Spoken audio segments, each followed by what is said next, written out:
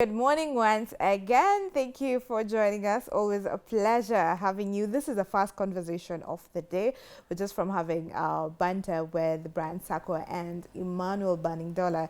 So now we're switching gears a bit and we want to talk about misinformation and disinformation. And I already give you a little brief about it earlier. So this is necessary because there's a lot of misinformation and disinformation happening in the online space on social media, and we just don't know how much impact this has. So we want to tell you how dire this is if not addressed. And for this particular conversation, I've been joined by experts in this area. Joining me to my right is one gentleman who goes by the name Boniface Harrison. He's a Digital Democracy Fellowship Fellow at CRECO, Kenya.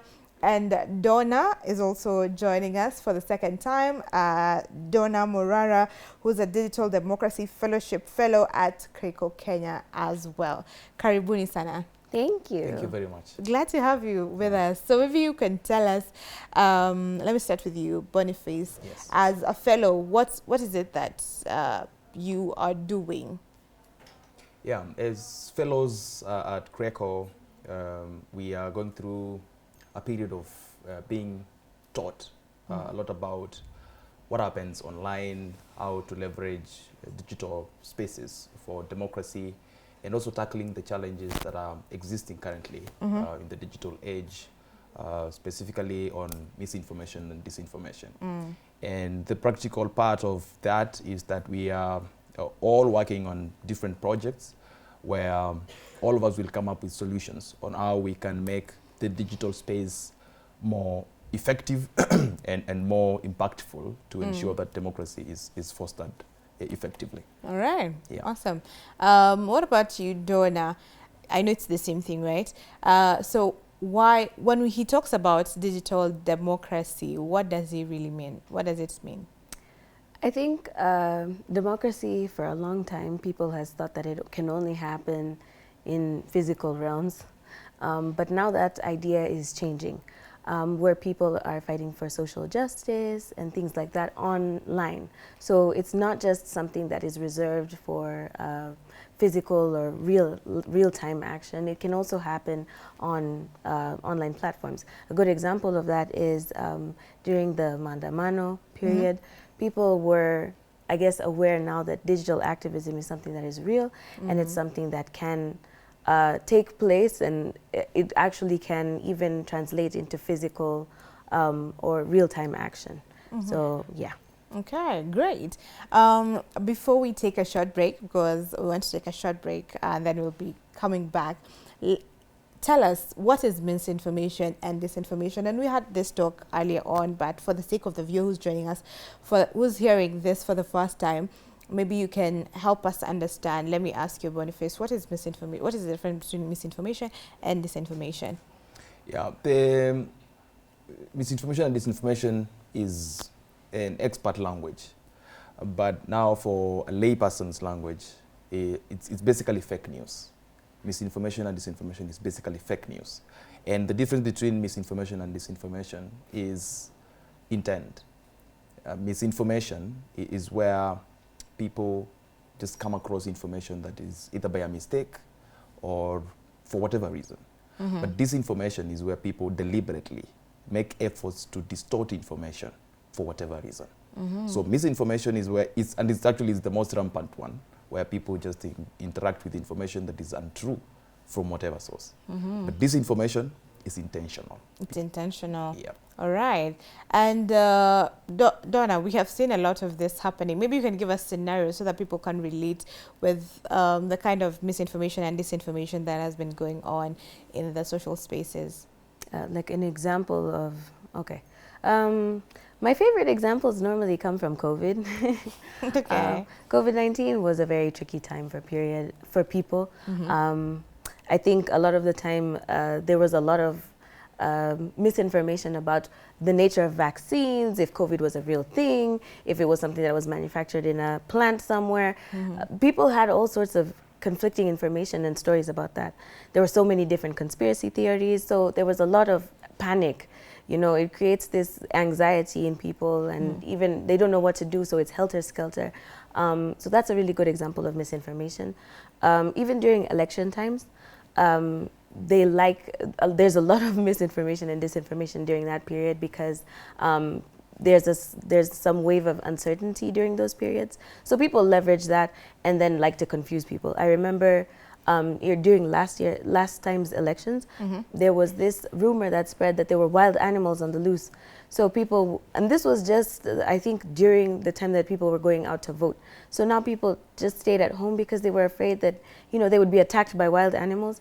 No, that wasn't true. But people thought it was. Yeah. So those are a couple examples of that misinformation. Yeah. And I remember for some during COVID, actually, some it really affected them even mentally because of the panic that was going on, and it was out of the information that was going around, and people thought that, oh, the world is coming to an end, you know, this is going to get us, I'm going to die, and all that. And it has a lot of effects, and some got diagnosed with depression. It triggered something in them. So when you speak about misinformation and disinformation, it's actually very serious, and we want to get to that, the economy of misinformation and disinformation.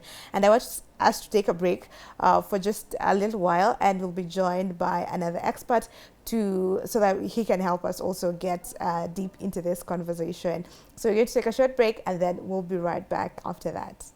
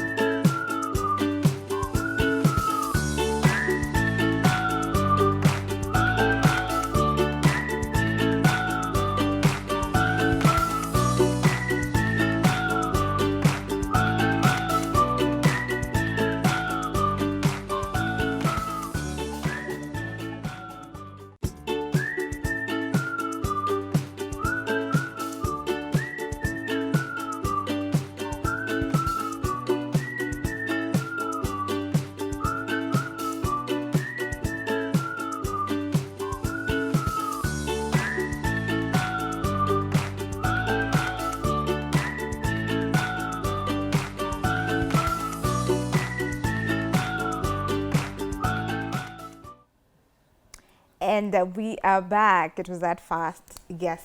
And we continue with the conversation on the economy of mis and disinformation. The guest that has joined us is Duncan Maigwa, who is the Strategic Communication Officer at Creco Kenya, and he'll be helping us dissect this particular conversation.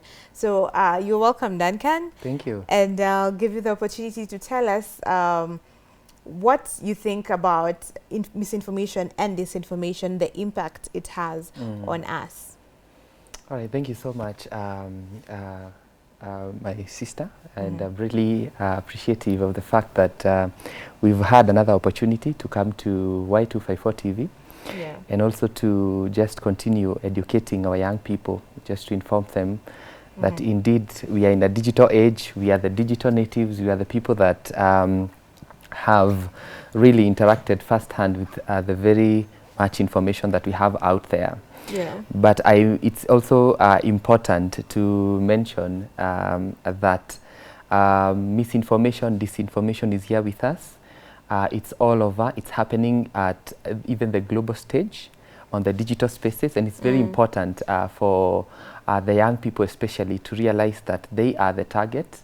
And even today, as we talk about the economy of misinformation and disinformation, it's the understanding that the young people are the greatest, they are ripe for this, all these information disorders. So I must say that it impacts the young people, the lives of young people so much, skewing perceptions with regards to very vital issues that affect the young people, talking about their health, talking about also even their careers and very many other things and very many other aspects. Right. So it affects different aspects of a person's life, and we want to get to this. And I'll ask you, Boniface, as you are a young person, you're one of the young people here.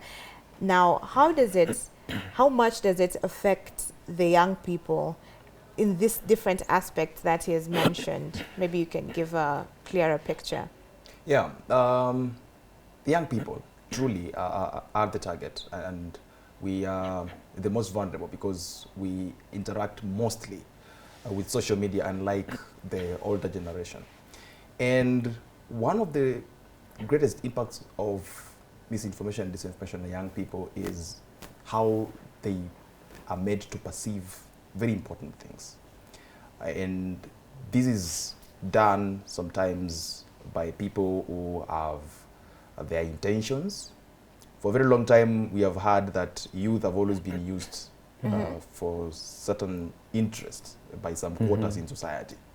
And so sometimes it's also because of our energy, the energy we have as young people. When we interact with sensational information, we take it up and run with it and take action. Yeah. And it's time. I think it's time that as young people, we apply more logic and reduce excitement of a sensational news. Because sensationalization is meant to trigger our emotions and tap into our energy. And by the time we realize someone has already pursued their interest and we are left alone. Yeah. Sometimes even as young people, we find ourselves in legal consequences. Because someone told you to spread a fake information, you did it, you've been caught, and again, another person spreads misinformation that you are arrested for nothing. You know, it becomes a whole chain of confusion. So that confusion is meant to tap into young people, confuse them, use them, and discard them. So it's important for us to look back and start acting strategically and logically with the information that we interact with online. I was sharing with someone that, for example, like myself, I am not too vulnerable to misinformation because my capacity has been built over time. Anytime I see news with a certain caption and a certain organization's logo, I look at it and see this handwriting is not real. Yeah. and I see people even posting those things on status. Others are even writing blogs about them.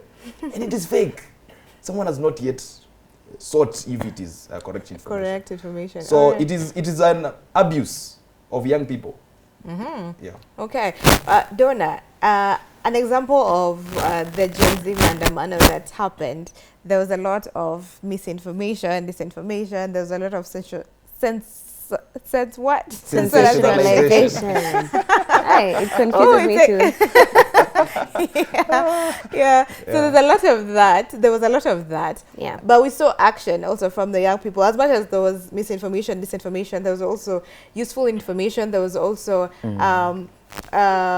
education happening among the young people. So how can we harness this power? As you said, the young people have, the power belongs to the young people. They have a lot of energy and all that. So how can we utilize this energy for the right purpose to educate them correctly and let them know this is actually false. This is just, sensationalization. Yeah. I should not look for a different word to use. Yeah. How do we help them? I think first of all, it needs to be said that we need to restore the trust in institutions, especially in media. A lot of the time, the problem with younger people right now is that they don't trust anything anymore.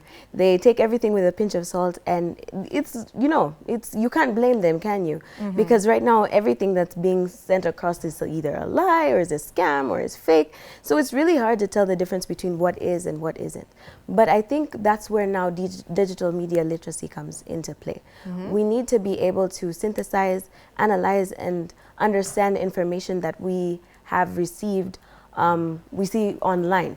I think that's a very big part in that entire process. Aside from that, I think that you're right. Yeah, young people do have a lot of energy. But the sad thing is that that energy, a lot of the time, is being used for the wrong reasons. They make all sorts of blogs and whatnot with stuff that has not yet been, fact-checked or, just to create money off of it. And we're seeing that a lot with content creators where they're making, misinformation is big business. So you're making lots of money with the more clicks and engagement that you get on a post or whatever, be it true or false, you know, you're going to get money. And the thing is, algorithms prioritize that false or sensational content. You know, that's the one that's going to get the most clicks. It's the one that's going to get the most engagement. It's the one that's going to get the most eyeballs. So it's very unfortunate, but that's the way the social media algorithms work. So I think that if we are to get the youth or get social media platforms to do better in this regard, use that energy for better, we need to have some very serious cleansing of those digital spaces, which means we need to rid it of misinformation and disinformation. Now that means by running anti-misinformation or anti-disinformation campaigns, that will help. And that is where also digital media literacy comes into play. We need to start fact-checking the things that we're seeing online. Okay, great. And I want to rope in, Duncan, on what you've just said, the people who actually benefit from this, the influencers, they benefit from this. Who are the other people, and who are those that are disadvantaged from this? Because in the economy, some lose, some win. So who are these? You see, I think it's important, Steph, if we also get back to some of the happenings that have happened even in our country. And one of the things that I would say that the colonial powers really intended, and it made them, their deliberate intention also is to first work around our minds. I'm not very sure whether we were dunderheads as Africans, but for some reason they felt that it was important to just educate us and just bring in information into our minds, just to transform us through information. And of course there are very many theories around that. But let me just say this, that what happens is that very many people have realized that I mean, they have actually let me just use mastered. They have actually mastered the art of utilizing or capitalizing on information gaps that exist amongst young people.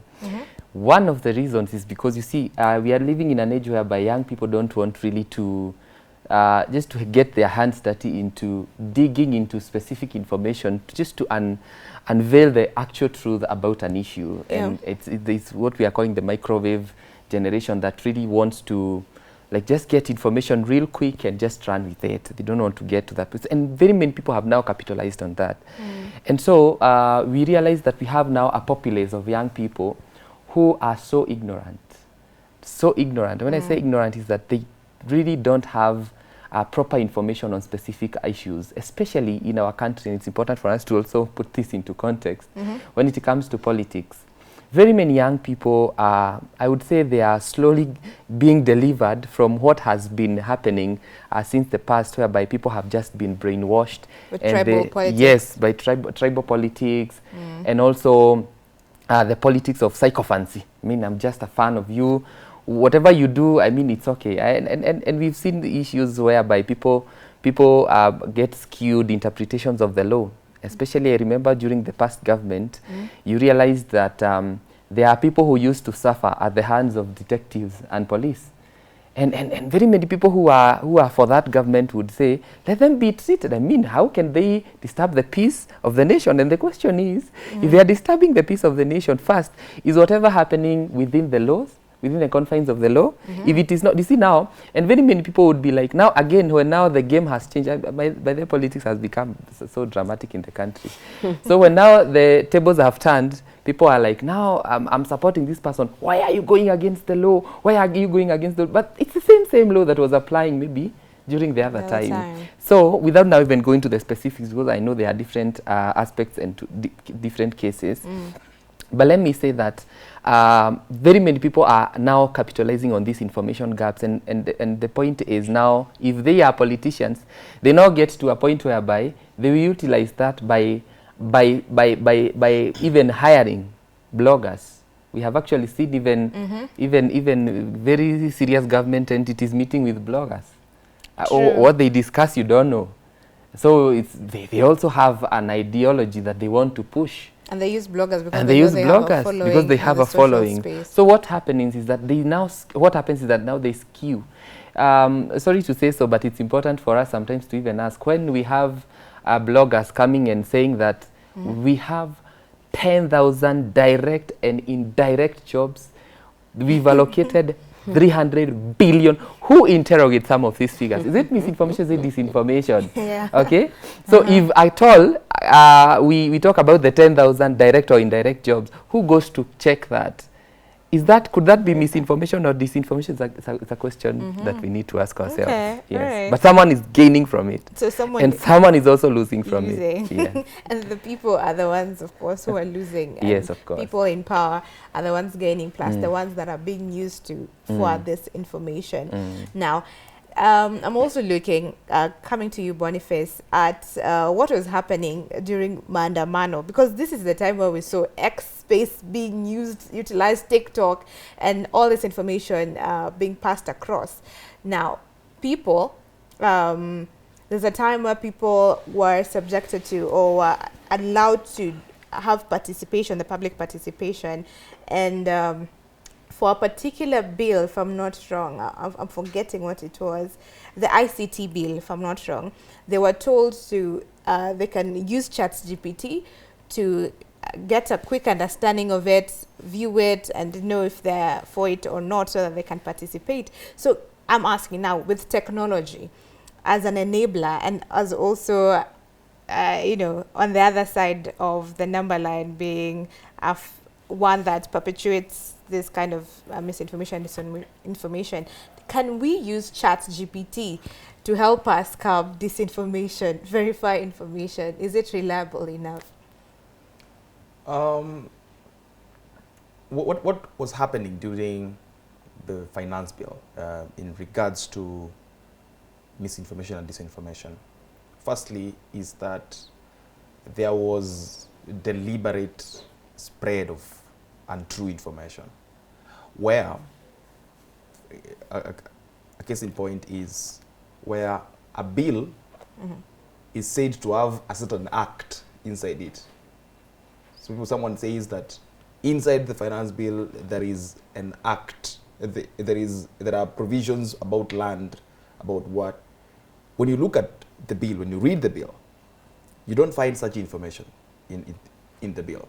So while, and that is where people want to take advantage now come in, because as Duncan alluded, that there are gaps in information. Because I was very surprised to hear from a very educated young person saying that they never read the finance bill themselves. So they relied on information that, and there was actually sometimes, there was a campaign that people said we don't want to read, we just want to reject it. Yeah. And that is not objective. Okay. That is not objective. And AI, leveraging technology to curb fake news. AI is trained by an individual. Yeah, it is trained on what to say and what to do. Like the ChatGPT itself, it has been trained. It says the things that the architects of that structure wanted to say. For example, it doesn't insult people. ChatGPT it doesn't spread vulgar information. It has been trained to do so. So first of all, artificial intelligence is not natural intelligence. It has been trained to do so. Yeah. So if someone comes and feeds it with the wrong document, it will reflect the wrong information. Sure. Yeah? Okay. So again, and the time needed, how much has it taken, for example, for ChatGPT to upgrade from one version to another? It takes time. Yeah. And so for a person to say that they have trained ChatGPT about finance bill overnight, that is close to unrealistic. It needs time, it needs objectivity, because unfortunately, if a person is training an artificial intelligence platform and is already biased against the finance bill, that person is likely to provide bias will information. be Yeah. there. Actually, they are likely to use. Now, that is where the comparison between using artificial intelligence as a mobilization tool and using artificial intelligence as a fact-checking tool. Because fact-checking is unbiased. Fact-checking gives you information and context the way it is. Unfortunately, if I'm already biased, I will ensure that the GPT tells you the finance bill contains 1, 2, 3, 3, 3. This is dangerous for the welfare of the people. Now that information, that opinion, if at any point where a fact-checking tool provides an opinion, then that is already skewing people's Not perception towards objective. something. Information, and that is, I think, what even media houses in our country should embrace. Because a lot of times, again, part of the beneficiaries of information that is not very true is media houses. Really? Yes, because as companies, sometimes true information that is not very, doesn't have the heat of the moment, does not sell very well. So headlines are created in a certain way, yeah? And sometimes we see, sometimes even you see a media person is somewhere and they're not sharing what is happening. They're sharing their perception about what is happening. That is not But objective. media tries to be objective. That's And true. I'm not trying to defend media because media tries to be objective Yeah. in the news that it delivers and for the headlines. Yes. And that we, still looking for your opinion on that. But like today's headline, it had Taifa Leo, it read, Kalonzo Aiba achukua nyota ya Raila or something of that sort. So would we count that as misinformation or disinformation? Because it's a headline trying to catch the attention of the reader. It doesn't really mean that he has taken the nyota, but it's just to allude to the fact that he's going to occupy the seat of the opposition leader. So again, in information sociologically has its dynamics. And that's why there are terms within fake news, which is things like malinformation. Now there are technical little bit terms which are there, because sometimes you see, we saw an article that was published recently by a certain newspaper about what the then IG said. That the IG had called out his boss and he's doing what, and the IG said it's fake news. And then suddenly the newspaper says that it was not, and we apologize. And the person who shared that article is an influencer, a person who is in the political space and an influencer. So a lot of beneficiaries who are getting it, the benefits from misinformation, are also the companies that spread information. Okay. And the people who suffer the most. Actually, this is another perspective that many people don't see. In the local politics, because our context is digital democracy, there are young people who are used to spread fake information about an opponent, about an organization. And what happens, I have interacted with some people. They live very scary lives because you are told so-and-so impregnated someone. So-and-so is the one who committed this crime, and you don't have information. So you go out there, you create an article on Facebook, you create an article where, and the person starts looking for you. There are many people who have been tortured. Others have even lost their lives because of spreading fake information. Okay. So back to leveraging tools, we need unbiased tools to verify information. For example, we see sometimes X gives, when a person shares a video or an article, sometimes X flags the article. But I think X is also biased towards information that has gained traction. It's hard to see people who get 30 views Getting flagged off. getting flagged. So they go to people who have millions of followers and everything. So while we want to leverage digital tools, we want focused and objective tools. Okay. Yes. So focused and objective tools are the solutions. Yes. Are the solution to curbing the spread of fake news. Now, going to you, Donna, he said rightfully that people who have suffered because of spreading fake news and all that. So where do we draw the line between freedom of expression, because that's our right, and limiting or looking into the information we are spreading out there, because we have influencers, young people are influencers out here, and because you have the freedom of expression and you need to send the information, be the first person to send that information so that you get the right traction to your page. Now, where do we draw the line, or how do we use this responsibly, our freedom?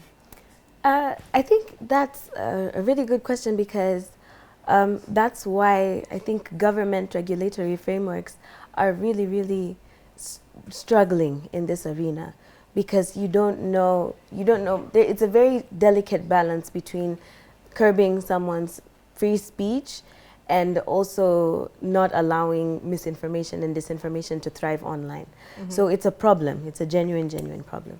And I think the only way that we can solve that thing is by government and social media companies, wherever they're operating, especially even here in Kenya, they need to really sit down and have some sort of conversation and figure out how exactly, what sort of community guidelines can be put into place so that they're enforced properly, and then there's actual legal repercussions that follow if somebody is to continue to publish fake news and stuff online. There's some platforms where it's a lot easier to get away with publishing misinformation or disinformation. For instance, Telegram. Now that one is almost completely free of any sort of guidelines. I don't even know. Does it have guidelines? I don't think it does. Because anything and everything is posted there. In fact, a lot of these bloggers, if they are shut down on X or Instagram or whatever, they go on to Telegram and they continue. They say, oh yeah, follow me on Telegram just in case this account is shut down. Just follow me there, because, you know, anything is possible. Again, but if we are trying to speak about how we can know whether or not something is figuring out that free speech versus, you know, misinformation or disinformation, I think it also bubbles down to the things that you're saying online, the kind of content that you're publishing online. Some of it can even be categorized as hate speech, because people just say all sorts of things, especially KOT is so violent. Anyway, I mean, people are so angry, and I think, you know, they're emboldened by the fact that they're behind some sort of random profile. Nobody can see their face. You're just anonymous. So if I want to say I don't like Steph today, I'll go and write that, you know. I'll write that on my page, and you won't know who I am. I'm going to do that. Again, it also is a problem with the youth these days, because they're able to tear down and sabotage one another using things that are not true. Because now, you know, we've got deep fakes and stuff like that. So even if you were not in a certain sex tape, it's out there now with your face. But that's not you. Nobody will believe you. Yeah, nobody's going to believe that that's not you. Yeah. They're going to be like, no, that's you, Donna, and I saw you in it. And there's no amount of, you know, coming out clean, you know, recording sorts of videos, responding to all these claims.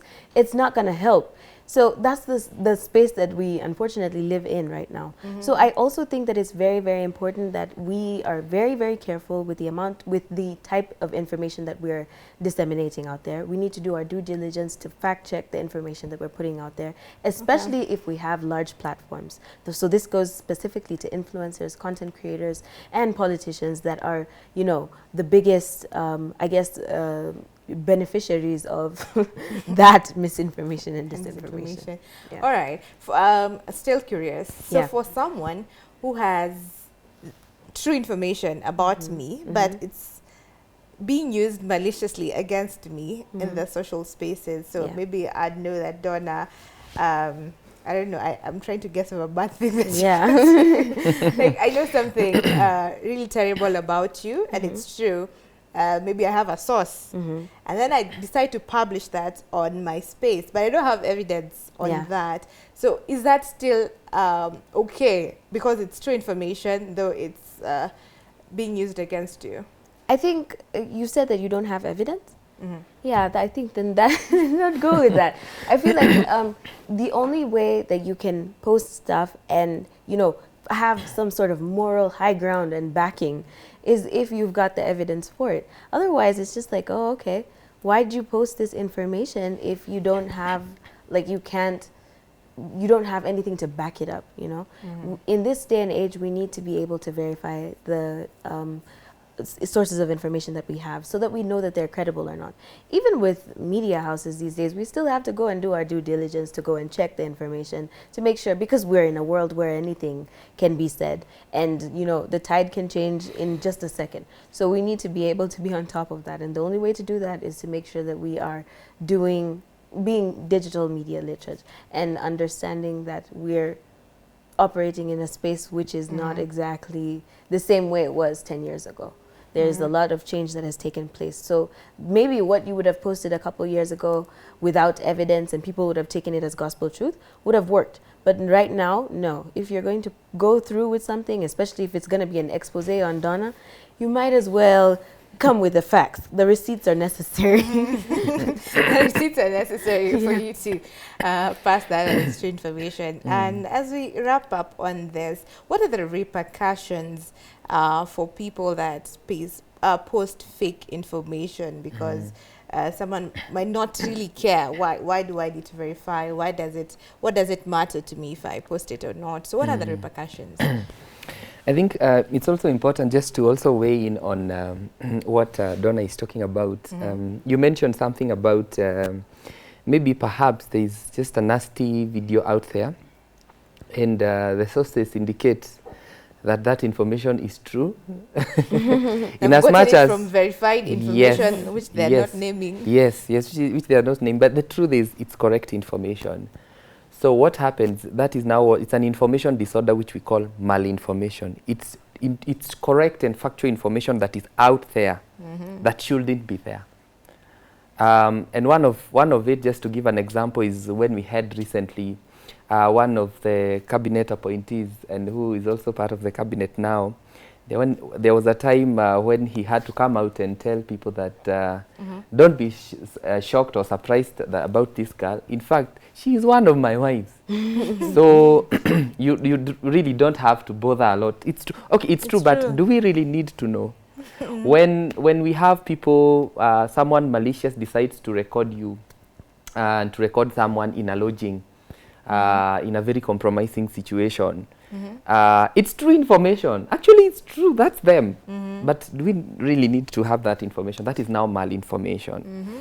And so it's very important for us to also, again, be very cautious of the information we share, because most of the time malinformation is used for character assassination.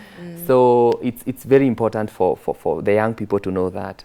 Okay. But now coming back to your question, I mean on the impact, there's something and I know Steph, one of these fine days will find some time to talk about this, is on what we call imposter content. Most of the time we have information coming from, Y254 does specific, even flyers with the logos, with the color codes that you use. You have your own unique color codes, and someone decides to use the exact same ones to spread a specific information. So what happens? That is imposter content. It's where we have content. I mean, someone uses a specific trusted brand to spread information, impersonating that specific brand. So what happens? Very many people now fall into the trap of believing that this is true. For instance, fake jobs. Fake jobs. But someone is going to gain out of it. They will call for registration fee. They will call for sijui, especially nowadays people are this is being applied to manufacturing companies, whereby they will now ask you for money to buy PPEs, that is personal protective gear, so that you can now be employed. They will ask even for documents, actually, and you send documents, because actually I have ever fallen into such a trap. They actually even send your documents. That is sending your data, your information into the wrong hands. So what happens? In as much as they are benefiting, someone becomes vulnerable. Young people become vulnerable because very many people are out there looking for jobs, and someone impersonates people. Someone impersonates very trusted brands. And what happens is that they gain, yes, because they reap a lot of money from young people. They amass a lot of money. But hata kuna mwingine juzi aliniambia ameshikwa na hiyo information akiwa ameambiwa kuna bundles mwitu. And you know now very many people wanaona 100 shillings you get 55 GB. And someone decides okay, let me just, and then we may end even mpaka around 5,000. I think 5,000 you get G1 terabyte or it's 2 terabyte. And then you are like, oh, okay, I'm not very sure about this, but let me just risk with the 100 bob. But how many people are going to risk with the 100 bob? Yeah, and then now after you send the 100 bob, anakuambia, now I have booked your bundle, so you just need to send 200 more. So that now, and you're like, what kind of thing is this. So very many people are falling prey into the whole issue of misinformation and disinformation. Yeah. But just to to also tetea the media kidogo is that again there is also the dynamics on what we call agenda setting. For instance, just to give a case in point, it was during the Golden Bug. And you know, the media used to tell people that we have lost this amount of billions, and Kenyans wouldn't understand. I mean, very many Kenyans don't even understand what a million really means. It's true because of the economic times that we have. So what happened, media was telling people that Kenya has lost this amount of money, and people didn't seem to understand. And then that story kept coming to our screens and to the radios and to the airwaves, and people still couldn't understand. But one day media decides, you know, it seems like Kenyans don't understand the intensity of this kind of loss, this kind of corruption, graft. And they said, you know what, if you arrange the money that has been stolen, if you arrange it into 1,000 notes, it's actually going to come from Nakuru to Nairobi, and people are like, no, you cannot steal such kind of money in this country. You cannot. Yeah. So again, there is an issue on how media sets their agenda, and again also as a watchdog, as a public watchdog, helping people to interpret specific information. And sometimes Kenyans just need to be triggered. No, ile kupigwa kick kama this is tikitiki. actually a serious matter. It's actually a serious matter. You need to, attention. so we just a little bit of sensationalization, kidogo tu, just to bring your attention. But again, of course, we have cases whereby the media has gone overboard. Right. Yeah. Okay. It happens. Thank you very much for sharing this. I wish we could continue with this particular conversation because there's a lot to talk about. But because the other interview is now up, we're going to take a break from this. But I want to thank you for your inputs on this conversation, and maybe you can share your social media platforms as we come to a close on this. Let me start with you, Donna. Okay. Mine is Donna 8 Mora at everywhere almost. Yeah, I don't think that there's any other. Yeah, Donna 8 Mora. All right. Follow me. Great. Right. See you, Boniface. I appreciate the opportunity to be at Y254, and my social media platforms are Boniface Harrison on all social media platforms. Yeah. Great. And finally, Duncan. Yeah, so I think I'll start with mine. My social media platforms. I mean, not platforms, handles. It's Duncan Maigwa on X, on Instagram, Maigwa Duncan, on TikTok, Duncan Maigwa. And now to Kreko on X, it's at Kreko Kenya, on Facebook at Kreko-Kenya, on Instagram at Kreko Kenya, on TikTok at Kreko Kenya. And you can also visit our website, that is www.krekokenya.org, and there is a lot of information there, and also very educative and informative information with regards even to today's discussion. Okay, great. So people can find more information that they need on this particular topic. Thank you for staying with us throughout this discussion. I hope you've taken something from it and that you'll be very mindful of what you post and what you take in. Make sure you verify the information before you repost it. Yes, so we take a short break, and then Brad Zakwa will be coming up next with